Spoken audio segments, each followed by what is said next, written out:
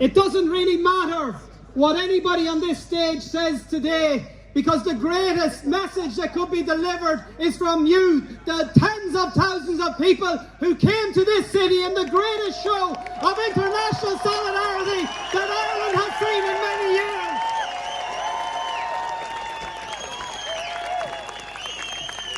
It is a message that says the Irish people have stood with Palestine before. It is a message that says the Irish people stand with Palestine today.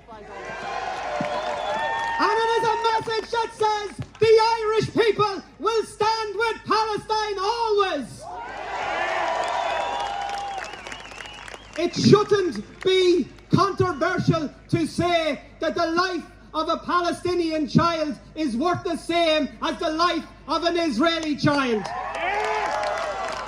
But that is the distinction between the message of the millions of people who are marching in solidarity across the world today with the world leaders who have turned their backs, closed their eyes, or worse still, being complicit in the war crimes that Israel is currently perpetrating.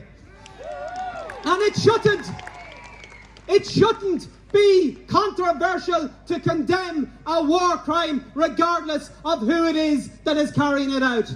It shouldn't be controversial to condemn the bombing, the bombardment of civilian infrastructure, civilian buildings, of hospitals, schools and of ambulances, regardless of who it is that is doing it.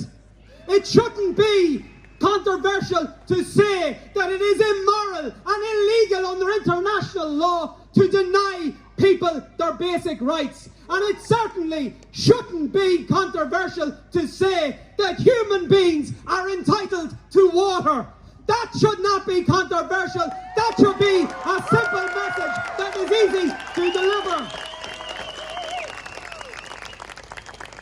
Akarja, today we can be proud. We can be proud of the thousands of people who have reinforced the message of Irish solidarity. We can be proud of many things that Ireland has done. We can be proud, for example, that the Irish Parliament became the first in the Western world to call for that most simple of demands, a ceasefire.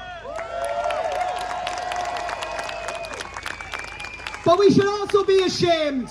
We should be ashamed that we're among the first to do so.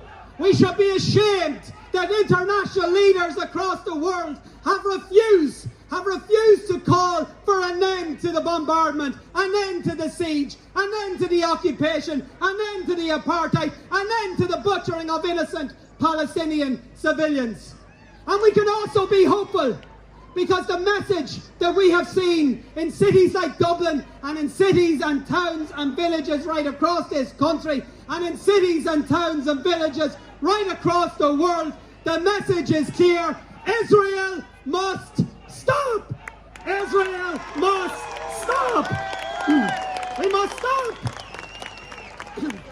We must stop the genocide! We must stop the siege! We must stop the apartheid! We must stop the annexation! We must stop the occupation! And we must be loud and united in delivering those messages.